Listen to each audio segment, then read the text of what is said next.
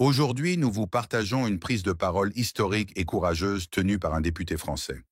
Dans un discours sans détour, ce député a dénoncé l'indifférence de la France face à l'un des plus grands drames humanitaires de notre époque, la tragédie qui se déroule actuellement à l'est de la République démocratique du Congo. Il a rappelé que ce conflit est le plus meurtrier depuis la Seconde Guerre mondiale.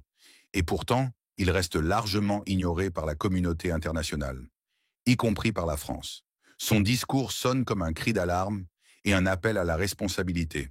Depuis l'hémicycle du Parlement français, ce député a interpellé directement le gouvernement, dénonçant l'inaction totale de la France, malgré les nombreux rapports, témoignages et appels à l'aide venant du terrain. Voici les principales mesures qu'il a exigées, des sanctions immédiates et ciblées contre les responsables du M23, l'armée rwandaise, et les autorités de Kigali.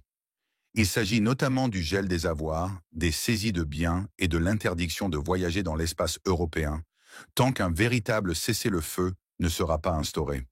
Il a aussi dénoncé un fait choquant, la présence à Paris d'une société dirigée par un membre du M23, immatriculé légalement dans la capitale. Il a demandé la fermeture immédiate de cette société, qualifiée de scandale moral et politique. Il a exigé la suspension de toute coopération militaire avec le Rwanda, notamment un nouvel accord signé en avril 2024 qui prévoit le transfert de 400 millions d'euros à Kigali. Ce financement, selon lui, revient à soutenir un régime accusé de crimes de guerre. Il a aussi fustigé les partenariats sportifs et culturels entre la France et le Rwanda, pointant du doigt le contrat Visite Rwanda avec le Paris Saint-Germain, qu'il qualifie de partenariat de la honte. Il a appelé à une mobilisation citoyenne le 6 avril à 14 heures devant le Parc des Princes pour exiger la fin de cette collaboration indigne.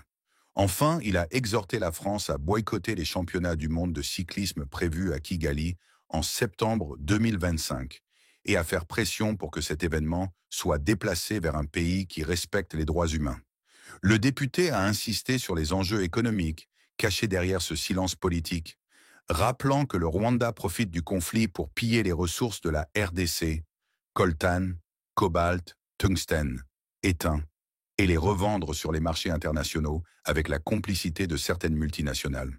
Un chiffre alarmant a été donné, 90% du coltan exporté par le Rwanda proviendrait en réalité de la RDC. En conclusion, ce député français a lancé un appel solennel à la France. Il faut suspendre tous les accords économiques avec le Rwanda. Il faut cesser cette hypocrisie diplomatique. Il faut agir avec courage et humanité. Il a rappelé que le peuple congolais ne peut plus attendre. Il souffre de massacres, de déplacements, de famine, de viols, d'exploitation, pendant que les puissances occidentales restent silencieuses. Il a conclu en affirmant que le droit international ne peut pas être appliqué à géométrie variable, selon les intérêts économiques ou stratégiques de l'Occident. Une vie congolaise vaut autant qu'une vie ukrainienne, palestinienne ou française. Bonjour à toutes et à tous. Carlos a décrit le contexte dans lequel on dépose à nouveau cette PPRE qui fait suite à un certain nombre d'initiatives, et je pense aussi à ma collègue Clémence Guettet qui a posé une question au gouvernement il y a 15 jours où nous n'avons d'ailleurs eu aucune réponse du gouvernement français.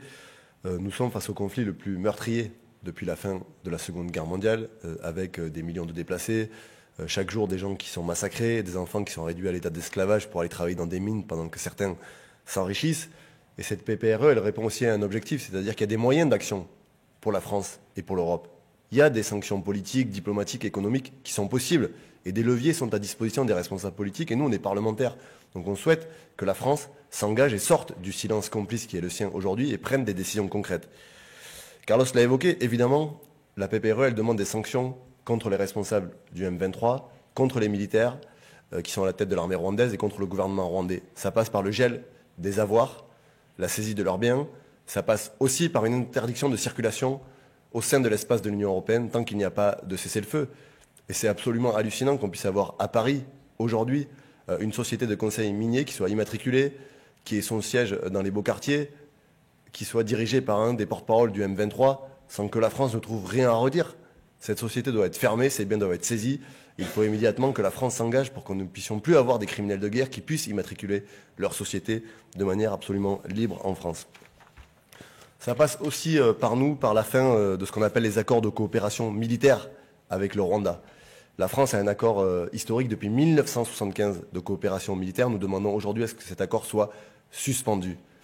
Dans le même état d'esprit, en avril 2024, la France a passé ce qu'on appelle un accord d'assistance militaire avec le Rwanda qui entraîne le versement de 400 millions d'euros de la France au Rwanda. Et nous demandons que cet accord soit aussi suspendu et que les versements d'argent soient totalement arrêtés. Parce que si aujourd'hui ces partenariats, ces accords continuent, la France sera un complice du massacre de dizaines de milliers de civils et nous ne pouvons pas accepter, nous parlementaires, que la France soit complice du massacre de ces personnes-là.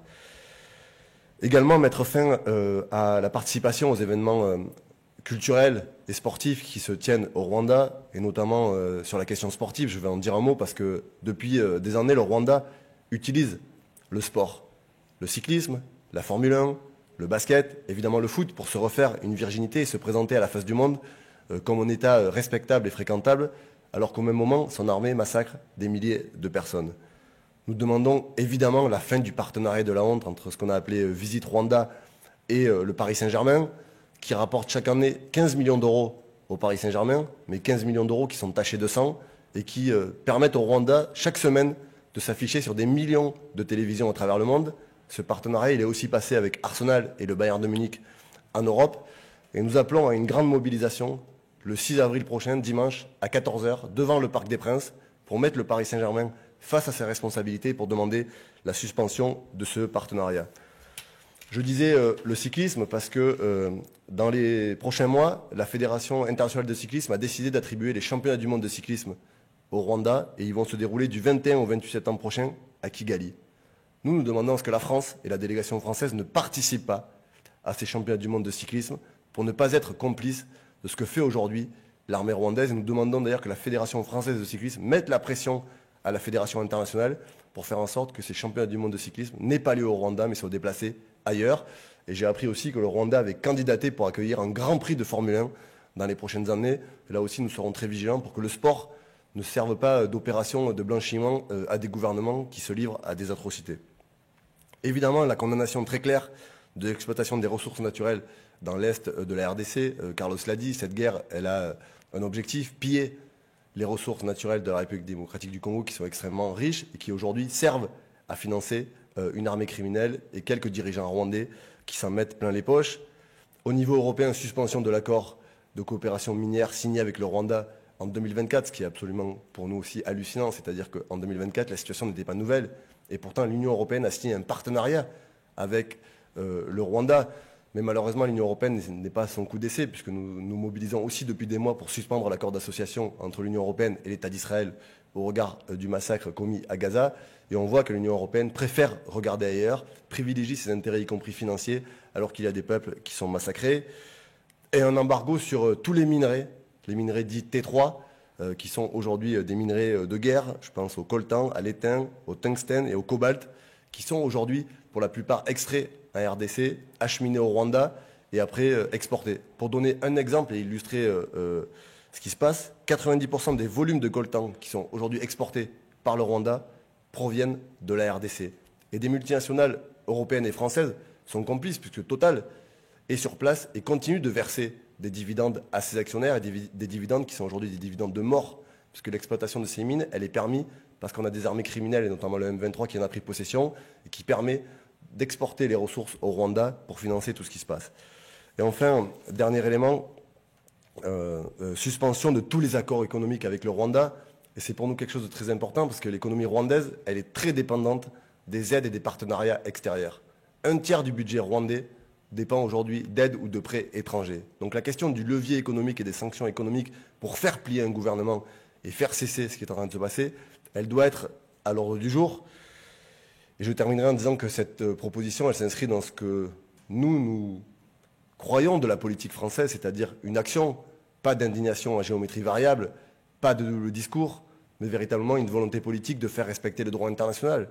On ne peut pas avoir un président de la République et un gouvernement qui fait des leçons à longueur de journée sur les valeurs de la République, sur le droit international, sur la paix dans le monde, qui parle à longueur de journée de sanctions légitimes contre les oligarques russes, mais qui, sur d'autres conflits, ne prend pas de position, ne prend pas de décision, comme s'il y avait des conflits de seconde zone, comme s'il y avait des citoyens et des habitants du monde qui étaient des habitants de seconde zone et qui ne méritaient pas que la France s'engage pour sauver leur vie, parce que c'est de ça dont on parle aujourd'hui. C'est de sauver la vie de dizaines de milliers de personnes.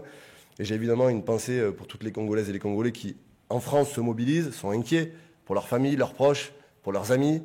Une pensée pour les Congolaises et les Congolais qui sont aujourd'hui dans le nord et l'est de la République démocratique du Congo, qui depuis des années vivent des persécutions, des déplacements, des viols, des agressions, la famine, des meurtres, qui aujourd'hui attendent d'un pays comme la France, attendent de l'Europe et des puissances occidentales qu'elles s'engagent et qu'elles soient aux côtés du peuple congolais pour stopper l'aventure criminelle du gouvernement rwandais et de ses milices, notamment du M23. Donc nous serons déterminés à mener la bataille et cette proposition de résolution, elle répond à tous ces objectifs. Et elle doit aussi permettre à ce que chaque groupe politique, Carlos l'a dit, se positionne, dise où il se situe dans le respect du droit international et que chacun assume à visage découvert ses positions sur ce sujet qui est pour nous un sujet sur lequel on se bat depuis de nombreuses années et sur lequel on va continuer à mobiliser. Merci. Si ce discours vous a touché, si vous croyez en la justice, en la paix et en la dignité humaine, partagez cette vidéo, abonnez-vous et rejoignez la mobilisation le 6 avril à 14 h devant le Parc des Princes. Il est temps que les voix du peuple résonnent plus fort que les intérêts économiques. Merci d'avoir regardé et que la vérité triomphe.